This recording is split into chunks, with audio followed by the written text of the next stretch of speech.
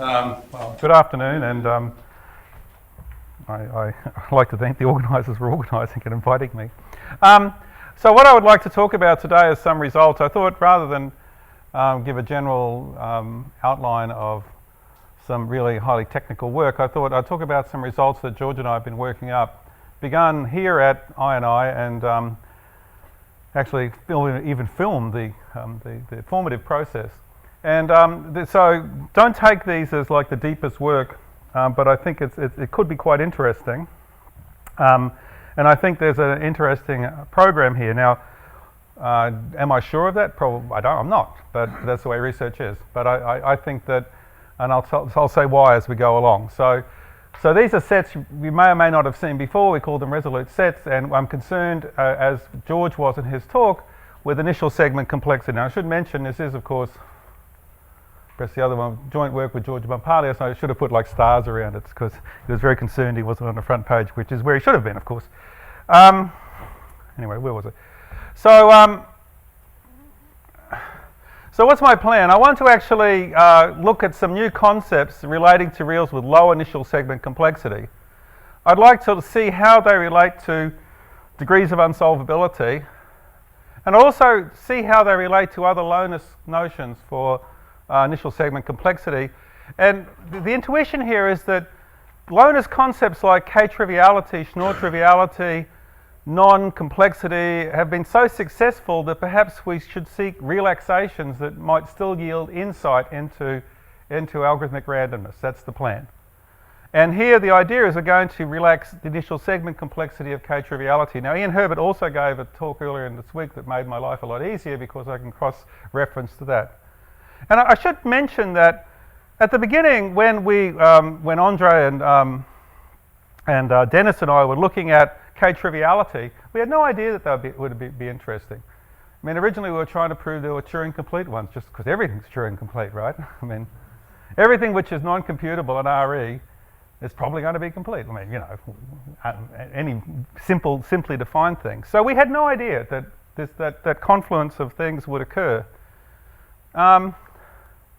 So what am I concerned with? Well, initial segment complexity. And so I'm going to use Q as a kind of a wild card. I should think of Q as C or K. You know, so Q, when you see a Q, think C or K, prefix complexity or plane complexity. And I'm looking at, well, the main idea is that the initial segment complexity of the first n bits of A gives insight into the relative randomness of A. So when you see that, and that's an A. How random is A? You look at this and maybe it gives you some idea, right? And of course, Schnorr, A's example due to Schnorr was that A is random if and only if its prefix complexity is high as it should be, right? And there are variations of this, like effective dimensions. We know that the lim-inf behavior and the lim-sup behavior give you insight into the notions of effective dimension. This is the deal, that initial segment complexity ought to give some information about what's going on. And there's very nice work that I hadn't even heard of before this week about these, I forget the name of the paper, but it's something like computably enumerable sets that resemble Chaitin's number of knowledge, right? So there are very knowledgeable RE sets as well. That's a very interesting phenomenon. And George is going to give a survey where I guess he'll look at all of these things, so I guess we'll look forward to that survey. Okay, so what I'm looking at here is initial segment lowness, and we all remember that, yet again, that Chaitin proved that X is computable if and only if it's low for C. If it's C trivial, it's computable. This was known, but then we had this very nice phenomenon that you can have a set simply defined as follows.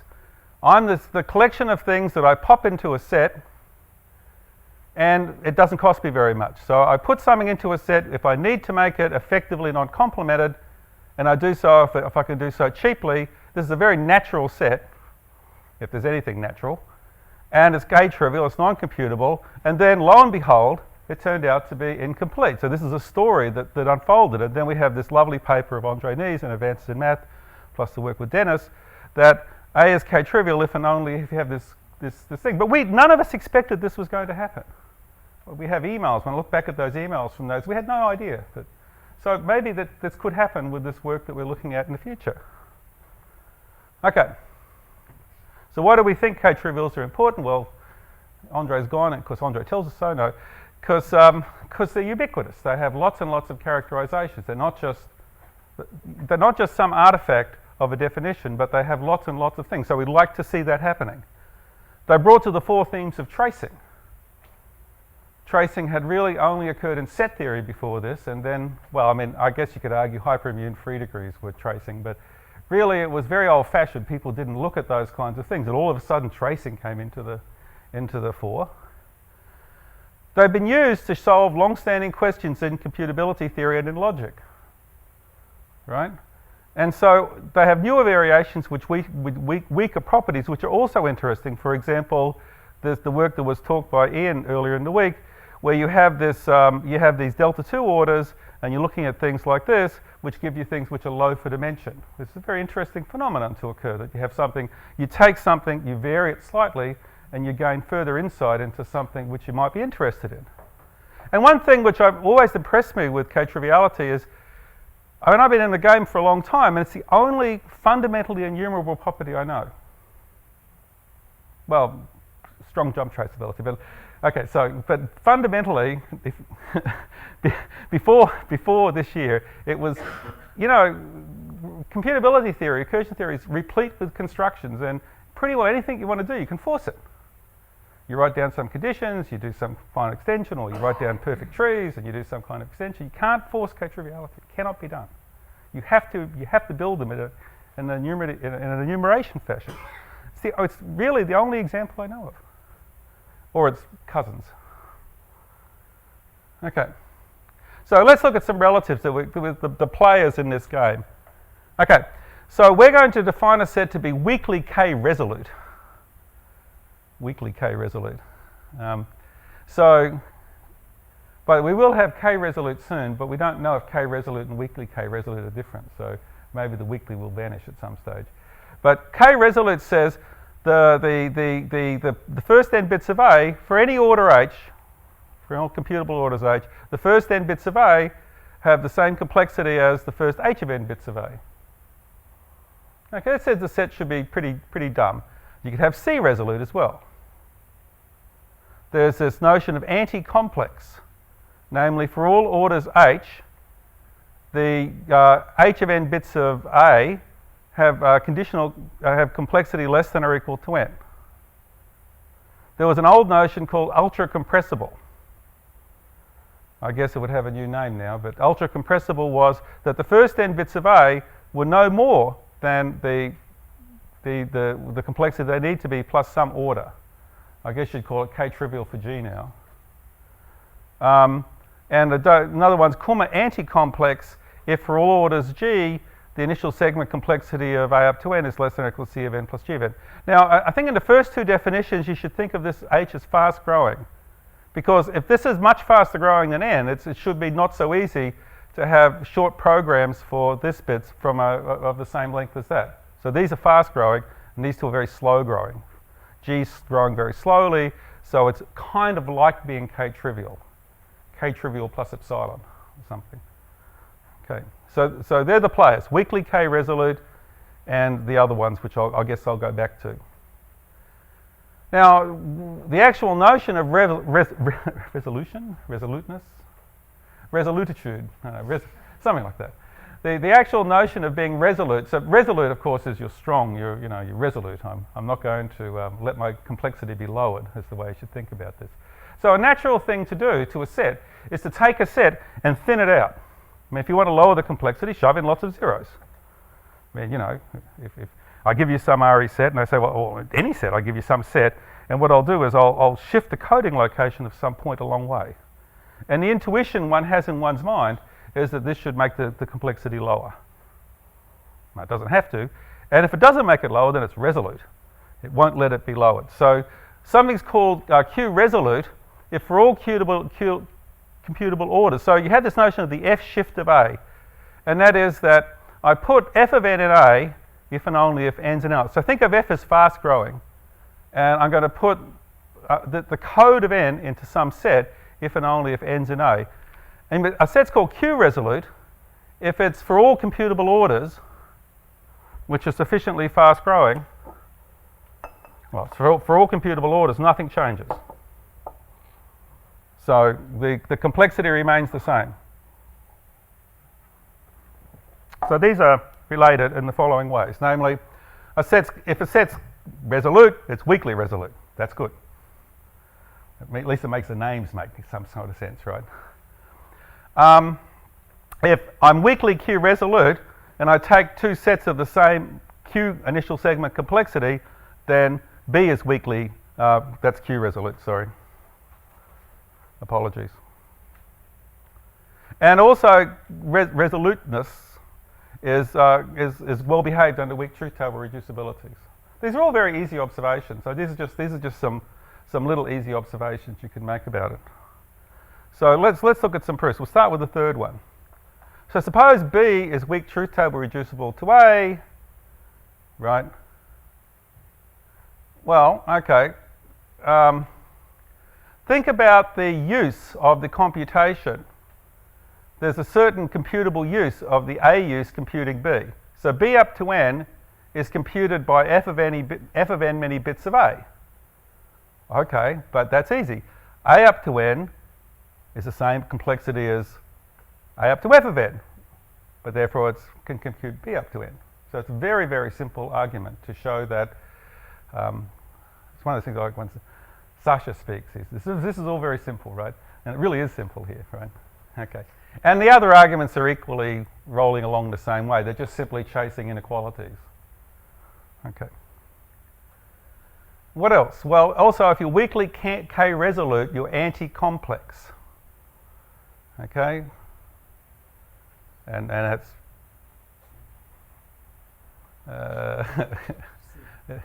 let's put a C there. Let's put a Q there. Put a Q there and a Q there. Anti-complexity doesn't matter. It doesn't matter, no. Okay. So a corollary of this is if you're weakly K-resolute, then you're WTT computable from some Schnorr trivial set. So all of these things are related. It's an interesting fact that this notion of triviality, Schnorr triviality, meaning that as far as machines where you have computable measure, you look trivial, right? That's what Schnorr triviality means. That means that, again, this notion of resolution and anti-complexity and all of these things, they're all related. The reason that's a corollary, by the way, is because this was proved by Johanna, Noam, Frank Stefan, and Guoha. I was going to say Selwyn, but Guoha, right? That if you're anti-complex, then that's equivalent to being WTT computable from some. So actually, one of the things which we've seen come out in, I think, in this area is that strong reducibilities matter, right? Strong reducibilities matter a lot more because, well, one of the reasons, TT reducibility, for example, you can always pull back measure theoretic considerations. So things like randomness are much better behaved under TT reducibility. I remember a long time ago, Ted Slayman told me that he wasn't really interested in anything except Turing reducibility because it was the only thing that really mattered. But then he wrote a paper where TT reducibility was extremely important. That's the stuff he did with Jan Ryman. And he said, "Oh, no, TT reducibility is really good now." So it's I think it's horses for courses. Okay, and again, so I guess this is just repeating what I said. Schnorr trivial means that for all computable measure machines, the complexity of computing A up to n is always less than or equal to the complexity of computing n. And similarly, so you get a characterization of Schnorr randomness using these machines. Okay, so basic properties. Every K-resolute set is ultra-compressible. Every C-resolute set's Kummer anti-complex. Ultra-compressible means that you basically look K-trivial, except you can have a little bit on the side. C-resolute says you look really simple. You look like C of n, except you're allowed to have a little bit of information on the side. And the converse of these things is not true. So these are different concepts. So it's interesting that ultra-compressible was defined after K-triviality, but they didn't know about K-triviality, I guess. Okay. Oh, I don't think I want to bore you with this proof. Do I? I think it's just easy to think about. Look, yeah.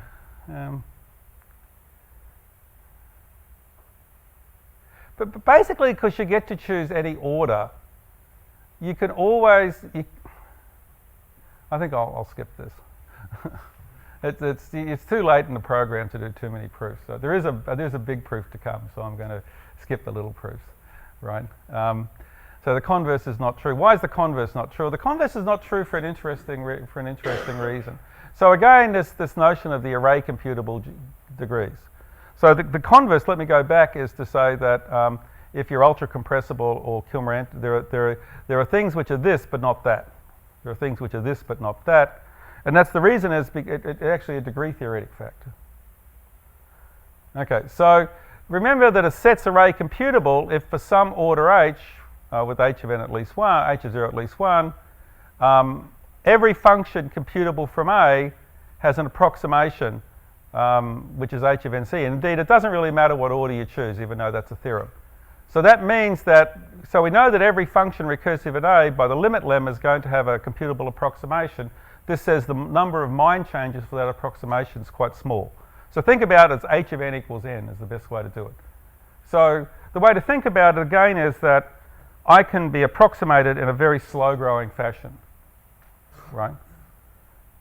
And so the theorem is that if I'm array computable, then I'm ultra compressible and Kummer anti-complex. Every element of one of these degrees is very, very simple, very easy to approximate. And if A is array non-computable, then it contains a C set which is array non-computable. It contains a C set which is neither ultra compressible or Kummer anti-complex. Now, this is pretty easy to see actually. Why? Well, it's a good question. It's basically because since I can use any order here I like, I can actually trace the thing in a very, very slow growing way. If I can trace the thing in a very, very slow growing way, then it doesn't take many bits of information to specify the value of an RE set. Okay. So suppose so let's formalize that. Suppose X is array computable, and I give you some kind of order. I want to show that the initial segment complexity of A up to n is less than the initial segment, well, less than Q of n plus some small order here, right? And let's just do the plain complexity case.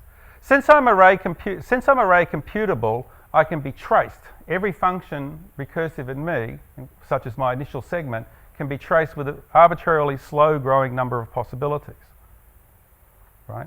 Imagine a very, very slow growing number of possibilities, and I want to know, am I in the set? Well, I can't say yes or no, but I can say you're one of these, say, 4 things. Well, all I need to know what those 4 things are and the n to know what the answer is. So I have one program for each one of those small number of possibilities and the advice of what the n is. So that says, and this is the prefix-free case, you have to build a little tree. So that then gives you this fact that if you're array computable, you can be you must be ultra compressible, right? Okay. The C case is easier. On the other hand, if you're array non-computable, then you always contain an RE set which is infinitely often of maximal complexity. This has already been mentioned in this conference.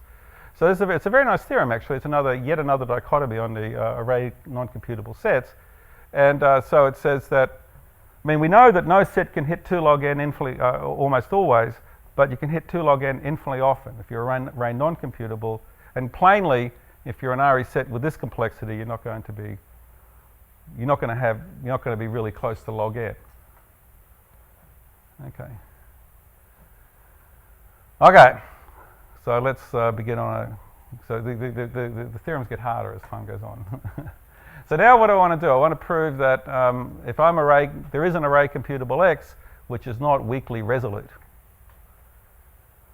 Right. So this is kind of going to be an impressionistic view of how to do such a construction.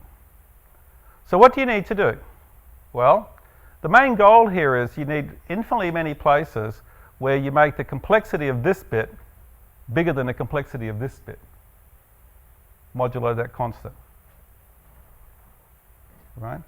So one way to think about this is I want to freeze this and change that a lot. Freeze this and change that a lot. So the main idea is to, if you didn't have to coordinate all the strategies, the main idea is for a particular requirement, you're going to pick some really big n. And I have in my pocket some bit of quanta. So I have in my pocket the ability to lower the complexity of something. So I'm building some machine that I know it's named by the recursion theorem. I have in my pocket, say, 2 to the minus f, where f's f of e. I have this much quanta that I can describe this with if I want to. And I make sure I pick an n, and globally I'm building some order for this requirement. And I make sure that this length here, h of n, is really big. So this distance here is really large. And then the plan's really simple. What am I going to do? Well, I describe this part of A with a certain amount of quanta, and then I freeze that part of A. I say, all right, I'm not going to change it anymore. So that has a small description. Now the opponent, what does the opponent have to do? The opponent has to respond by describing, if he's claiming that this thing's weakly resolute, he has to demonstrate to me, the opponent has to say, well, I'll describe this the same way you've described that, more or less. Right? Well, when he does it, I go, oh, well, that's wrong. I'll change that. I enumerate another element in. And how many times can he do it? Right? So long as this distance is long enough, you have the ability to locally implement this action. How then do you do it? Well, the only deal is you have to make sure that you can do this globally, and of course, so for each, you have some kind of requirement sitting in the background on the other hand. So plainly, this kind of strategy is somewhat in conflict with this, because this is saying, the way this works is basically whenever I see a computation, I have to preserve that computation. Well, I don't actually have to preserve it, but I'm not allowed to let it change too often. I see a computation, I better make sure I don't change it too many times. But that's where the quanta we get to use is determined by us for the satisfaction of the diagonalization requirement. On the other hand, the n that we choose can be really pretty big. The n chosen for this diagonalization can be really rather large relative to e. Okay, so that means these computations here can live with that because their computations depend on the n, not the quanta. So if you choose a really big n, modulo in the tree theoretic sense. So you have to then slap it on a priority tree and solve it that way. Probably Frank Stefan knows some way to do it using some way that I don't know. But this is the way I do the things, right? And George and I slap it on a priority tree and solve it that way. But then you just use technique to solve it. It's not that hard. It's a student exercise, I guess, for a smart student. Okay. Now, what we observed was that if A is k-trivial, it's k-resolute. However, there are other degrees which are completely k-resolute. Namely, all of their elements are k-resolute. Well, that's not completely obvious that should be true, but it is true. And so this was, in some sense, George came to me with this proof and said this is where the investigation started, really. So for a particular order, it's pretty easy to make a set which is resolute insofar as f's concerned in every m degree. Basically, what you do is you take your set. So suppose I give you a set y, and I stretch it out a long way. I'm doing this big stretch. So I look at I iterate, I look at f of 0 and f of f of 0 and f of f of 0, and I keep iterating the thing. So it's now the set. Think about it as a fast-growing order. I've now stretched the set out a long way. It clearly has the same m degree as, I nearly looked into it. It really has the same m degree as the given set y. And the little argument here will demonstrate to you that, in fact, not only that, it's actually, but you can see that it's resolute insofar as f. And roughly speaking, because if I give you x f up to n, the only thing it lacks about the about x, so if I take x and I shift it by x, the only thing that this thing doesn't know about it is the last member. So basically one of two algorithms will give you the correct answer. So all you really need to know is the value of this, and it actually gives you an RK reduction for those of you that remember what RK means. Well, there's the initial complexity of this given that, it's less than or equal to a constant. Okay, because you only have there's one of two answers. Okay. So then you take this and you go, oh, okay, I know how to do one computable function. Well, now what would you guess? If you can do one computable function, if you're in a degree which has a function dominating all computable functions, you expect to be able to do all computable functions, right? And the answer is, just using this construction and putting in high permitting and coding, you can show that every higher degree contains a k-resolute set. Well, that's good. And in fact, you can jazz this up a little bit with a slightly different construction. And if I give you, so you can jump invert these k-resolute sets. If I give you a degree REA0 jump, then there's a k-resolute set X whose jump gives you S. Right? So these things, there's lots of them. All jump classes have them. Okay, so for what I said here, the idea for the high degree theorem is to use the m degree result and then use highness to guess totality for the functions. And iterate the methodology of making A very sparse. The idea for the other one's similar, except that you can't do enumeration, but the sparsification is the noise that you get of not doing something turns out to be computable, which can be read off down a true path. Okay, so when we looked at this, we realized that actually George realized this, that we kept doing the same thing. We were always doing this sparsification thing. We were taking a set and sparsifying it with a computable set. So you have this fast growing function where g of f of I is less than the next coding location. And so we realized that, and in fact we then started looking for other constructions like this. And using this, we could show that, well, okay, every sparse set's Q-resolute, every sparse hyperimmune set's high, the sparse sets form a meager class, and there's a special pi01 class of sparse and hence resolute sets. So these things, there's lots of them, right? They're all pretty straightforward. The last one, or just to say the last one, you use the construction you'd expect to use, some kind of forcing argument. All of this also follows by work of Ian Herbert and the Lemp, Miller, Turetsky, Weber on the low for dimension reals. If you think through it a bit, you can actually get some of these results on this slide. Okay, so we're going back to these completely k-resolute degrees, which was actually kind of surprising. And this brought back an old friend to me. I've always loved contiguous degrees. As I see Adam smiling. Contiguous degrees are one of my standard teaching tools for teaching students priority arguments. I love contiguous degrees. So just to remind you, in case you've forgotten. So anyone who's ever been one of my postdocs knows about contiguous degrees. So a degree is called contiguous. So an RE Turing degree, you'd expect an RE Turing degree, because weak truth table reductions is a stronger reducibility. You'd expect that it would split the degree up into infinitely many different classes. And most of the time that's true. Well, not measure theoretically, but most of the time that's true. You know, if you give me a kind of any RE degree at random, whatever that may be, it's not going to be contiguous, right? But some of them are. Contiguous means you have one, you consist of the Turing degree collapses to a single WTT degree. And Selwyn just actually showed me that, yes, he claims it's true.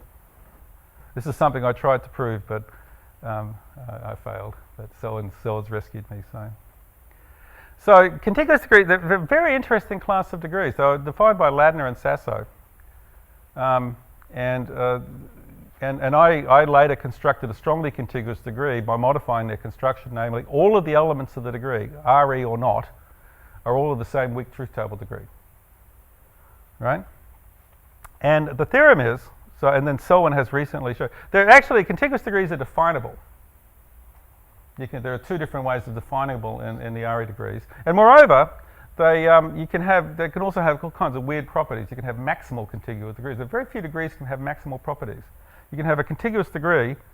So contiguous means Well, one of the definitions is, there's a nice easy definition due to Ambosh, Spies and Peter Fayer. It says A is contiguous. So A has this internal weak truth table structure if and only if A is not the top of an one of those things.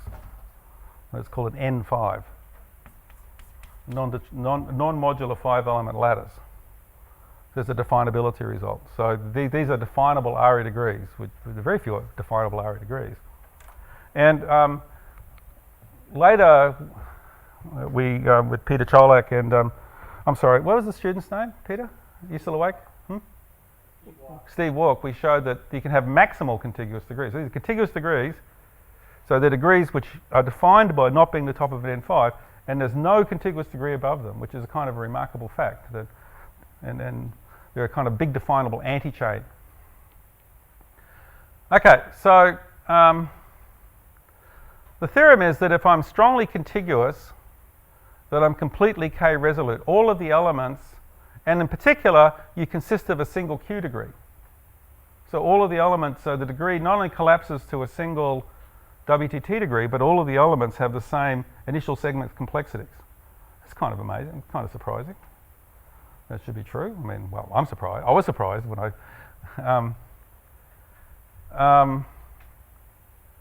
what does that mean? There are strongly contiguous degrees above is true, removing the C before the Y. Right, okay, right.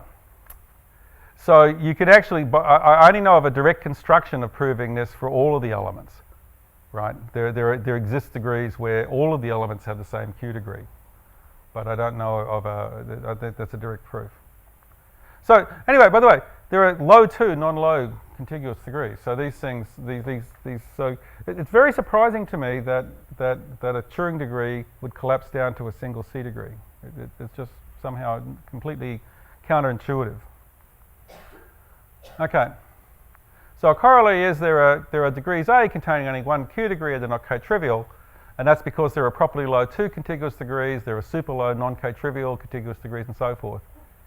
But the examples I should point out in the low for dimension, where you get a collapse down to a single degree, they're all low, because if you're low for dimension, then you have to actually be low. So these are genuinely different. And I should mention we can also just use a direct construction to show there are degrees A containing only one Q degree and are neither contiguous nor K-trivial, and they're completely K-resolute. So there you can, with a much more complicated but direct construction, roughly speaking, because you don't need to have a single WTT degree. You're allowed one where you only have a kind of a low noise number of mind changes on the use of the computation, roughly speaking. So instead of having a weak truth table reduction, you have one which is kind of it's a Turing reduction in as much as the use can change, but the use can change only a kind of a low measure number of times, roughly speaking. So you can cope with that noise in the construction. Okay. Okay, so if A is made so that all the elements are sparse, then they're all Schnorr trivial, right?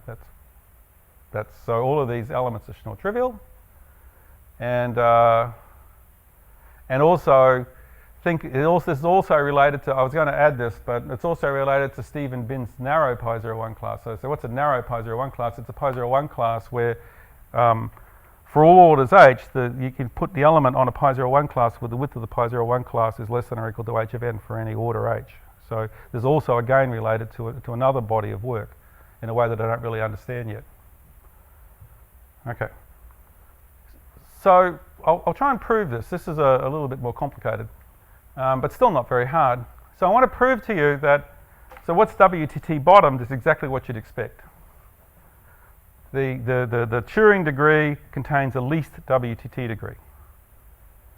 Clearly, if you're contiguous, you have this property, because you only have one WTT degree.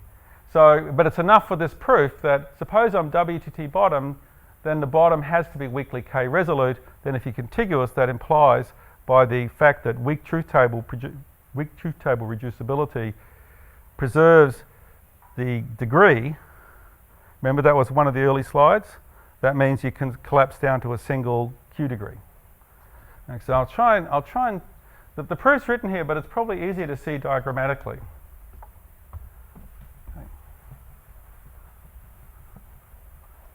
Okay. So the proof is to say, so I'm assuming A is WTT bottomed. I'm claiming the bottom is weakly K resolute. So I want to prove the bottom is weakly K resolute, and what I'm going to do is I'm going to get some kind of I'm making the assumption that it's not K resolute, and I'm going to use that fact to prove that it's not the WTT bottom. So what I do is I attempt to diagonalize against. So I get to build a set B. So I'm going to build a set B, and B will have the same Turing degree as A. So I'm going to have gamma to the B equals A. And I'm assuming that this thing's not resolute or not weakly resolute. Right? So infinitely often there are places, so for any order, there are places where, for any order, it's going to be the case that there must be places where the complexity of this is not bigger than the complexity of this. Right? That's what it means to be not resolute. And I'm going to use that to diagonalize against weak truth table procedures. But that'll be a contradiction, so therefore I didn't diagonalize. Right? I'm using so I'm going to use the failure of this to impose to meet this requirement. But that'll be a contradiction because there has to be some gamma, which gamma to the B does equal A, because after all A is supposed to be the weak truth table bottom. See, this is the ETH weak truth table procedure. If I can diagonalize against every weak truth table procedures, then this can't possibly be the bottom, because after all, you know, it's supposed to be the WTT bottom. So if I meet all of these requirements, then I've got a proof that A is not the WTT bottom, but it is. So therefore there is one of these that I fail to meet, and that the failure to meet that will therefore allow me to prove that the assumption I made was wrong. Well, that's the way the proof goes. So what's going on here? Well, how do I define B? I'm going to define B standardly by marker coding. So what I do is when something goes into A, I have some marker gamma of n of s, which I put into B. That's pretty standard. Now, I actually can break the rules here because my assumption is that this is not weakly K resolute. So the assumption is that I could actually, if I liked, I could move this marker not just if n enters, but anything between n and h of n enters A if I wanted to.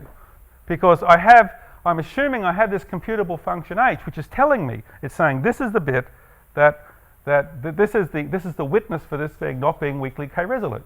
So I can actually assume here that I'm given this function h, and it's okay for me to put a marker in, put marker n if I get a change in A between n and h of n, because that's an okay fact, right? Because it's computable from A. So if any number here m enters, if I desire, I can then put that marker in and move it. And what I do is when I put it in, I kick it to some big place. So this marker I put in, and everybody then gets kicked into outer space. Okay, so that's the plan, a kick set. Okay. So if nothing else happens for the reduction, oh, sorry, I can see why you're staring at me. If nothing else happens, if n enters AS, I put delta n into B, and that's a standard way of building a procedure. And I kick them to really big numbers. Okay. So let's see what's the action. So when I see, so now remember what I'm trying to do is I'm trying to diagonalize against gamma, right? So I'm trying to do this diagonalization here. What I do is if I see a stage where the length of agreement when the length of agreement gets bigger than n for the first time, the length of agreement gets bigger than n for the first time, I now know what the use is. Now the use is probably going to be quite large. It'll probably be bigger than h of n. But when the length of agreement gets bigger than this for the first time, I have my position delta of n of s. Right? I want to now claim that I can actually control things so that there's some, so that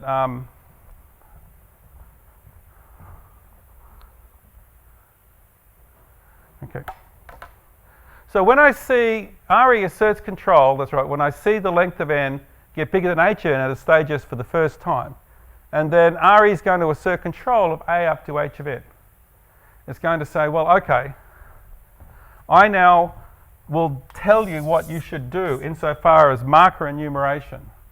So I've come along here, and I've seen the length. I've seen the procedure gamma computing a up to this length. So I have some use. I have a. I have h of n, and so forth. Right.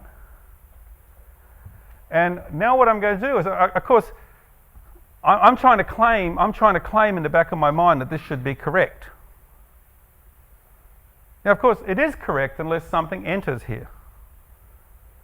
And the idea is that when if a changes on h of n, the first time after I see this happen, what I do is, if I get any change whatsoever here, I kick all of the markers from gamma of n up beyond the use. Now, what does that mean? That's a legal move by the coding. What does that mean? Well, that means thereafter, the only changes which can occur in this sector here. See, what have I just done? I've now cleared the use here completely of numbers except numbers corresponding to numbers less than or equal to n. There's nothing below this use, below gamma of h of n, except numbers less than or equal to n. Well, that means thereafter, if ever a changes on h of n, I have to have an enumeration below gamma of h of n entering b.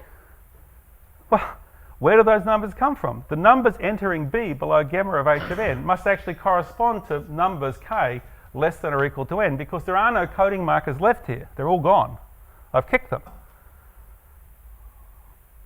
Well, isn't that an RK reduction that says that thereafter a up to h of n depends on a up to n? Well, so that proves the theorem. There's a slightly impressionistic view of how to prove the theorem. Okay.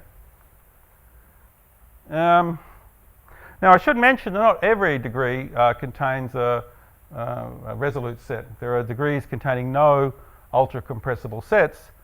They can be, if you really want to do it, high 2 or low. They can't be high. I'm not even going to attempt to try and describe this. You know this for I know that you know this for anti-complex.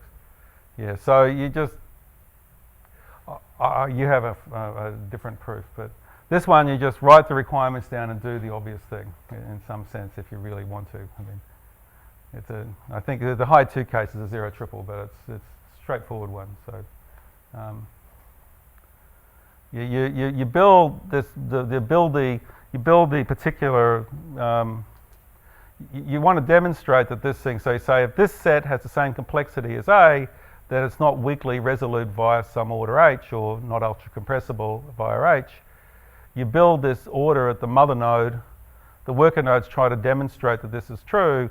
Packets of measure are distributed down the tree, and you control it via links that you do in the construction. I'm not going to even attempt to demonstrate, but let's just say more or less standard techniques that we've developed in the last 30 years are enough to prove this theorem. Anyway, so what I'd like to say at this point is that what's the situation with this? Well, I think it's still work in progress. It's kind of nice. It's nice and interesting work, but it cannot be the case that all of these lowness concepts that people have found. I didn't even mention facile sets, which are also done by Andre. The k of a up to h of n is less than or equal to constant, I think, isn't it? Or G of n for any order G or something like that. But the deal here is, I think that what's going on here is these things have to be related, and who knows? It could be that these could give us quite a bit of insight into. I mean, K-trivials have turned out to be very interesting. I'm sure the low-4 dimensions are going to be an interesting class. Perhaps this could be a really interesting class too. Anyway, it was much better than talking about parameterized complexity, which I've been doing all year. So I guess we're all ready for a barbecue, so thank you.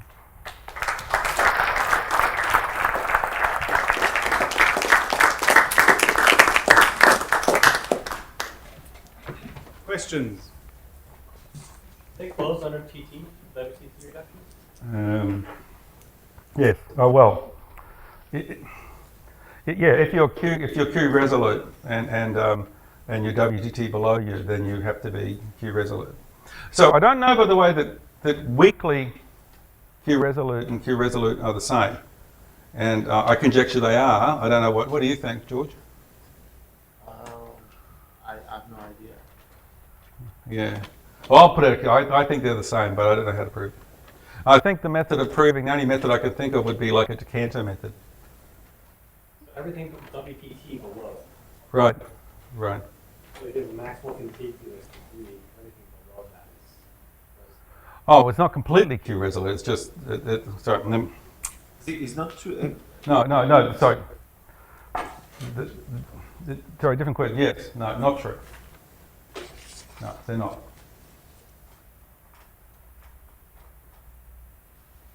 Yep. How does it compare with something we heard about earlier in the meeting, H jump traceable sets, RE sets where H grows maybe a little bit faster so that these sets don't have to be K-trivial? Yeah, see, it's a little bit tricky there because see, you can see the difference between jump tracing and tracing and tracing in the following. Think about narrow pi01 classes, right? So suppose you have one of these bins classes, right? That I'm an element of a narrow pi01 class. That means for any order H, there's a pi01 class representing this object where the width of the thing at some level is less than or equal to h of n. Okay, suppose you have such a thing. Well, you can kind of figure out what's going on with a very small number of possibilities. Why? Because you just kind of, even though you might have a number of possibilities here and a number of possibilities here, you can resolve them. You keep running the construction of the pi01 class. But if I'm jump tracing, I'm tracing partial functions. You have no guarantee that a node down here will have any extension up here, so you don't know what to do. And that's the difficulty of, that's the difference between tracing and jump tracing. And these objects are concerned with tracing. That's why it's somehow miraculous that K-trivials are jump traceable, because a priori the initial segment complexity is only really talking about total functions, right? And that's what's going on here. Now so the fact that you can have high ones or complete ones means that they're not going to be jump traceable in any sense that we currently know. But likely, there'll be some kind of result in the strong reducibilities.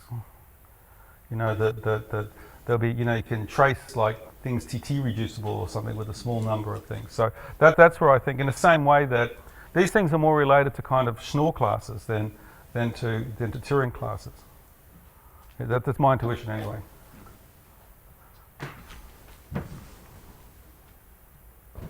Other questions? Right, I don't know. I've seen Benedict around. I don't know if he wants to come up and. I don't know. People the coming from the program? institute, because Yeah. otherwise I could say a few words. Are people coming from the institute from here? They've arrived. They've arrived.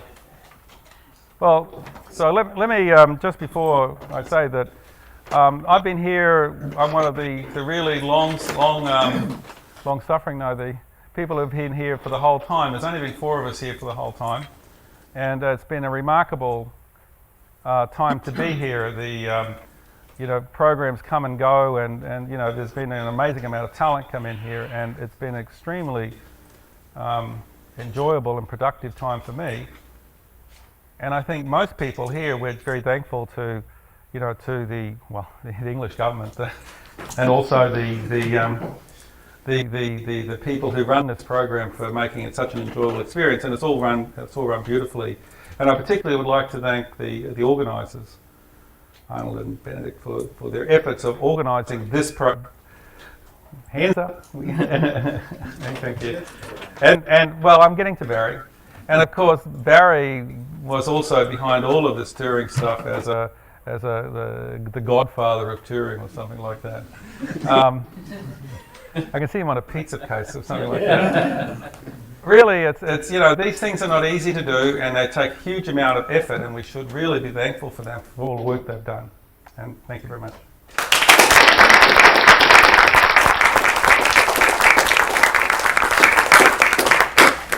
For those of you who weren't here on day one, my name is John Toland and I'm the director of the Institute.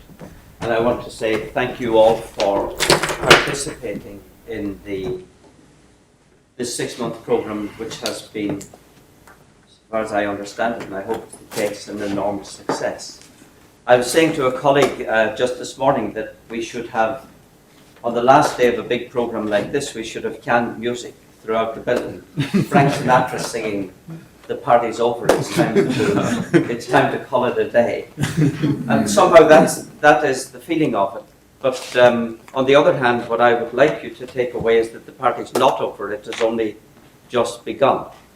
The Newton Institute is here to foster your science, to support it as best we can through a creative environment where you have the peace to do your best work without the interruptions of normal teaching and administrative responsibilities. And we hope that what has been begun during the 6 months of your program will continue for years to come, and that as your collaborations that are initiated here develop, that new programs will emerge and that you will return and say, you know, we would like to follow up on something that we were doing here in 2012, let's say in 2014 or 2015. And we'd like to get some of those people again, along with the younger people who weren't in the area at the time, to come and help us to make further progress in the areas that were initiated here. This is a genuine invitation to what we call follow-up meetings which are shorter than the 6-month programs in the first instance. Typically, a follow-up meeting would evaluate the state of the science and maybe decide that you need another 6-month program in 6 years' time or something like that. That's the way the Newton Institute works. It's entirely here for the benefit of the science. It's entirely here for the individual people who are involved in it. And we are very grateful to you for adding to the reputation of this place as a place where science of first class by international standards is being done. So thank you all very much for participating. Thank all the colleagues who were here during the 6 months who aren't here in this room now. You have all been extremely welcome, and I hope it has been successful for you. Thank you.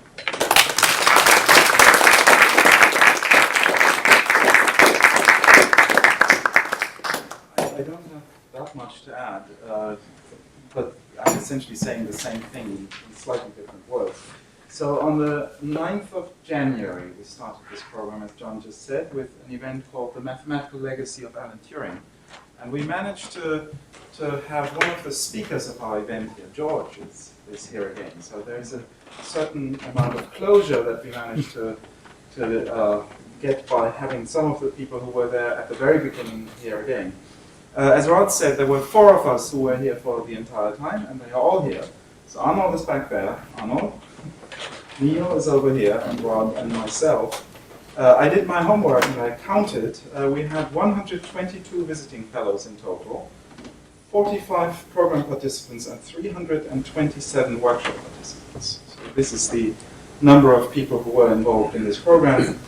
Let me continue with the boring numbers. We had 6 workshops, 3 outreach activities, 2 major related international conferences, and of course we had Turing's birthday.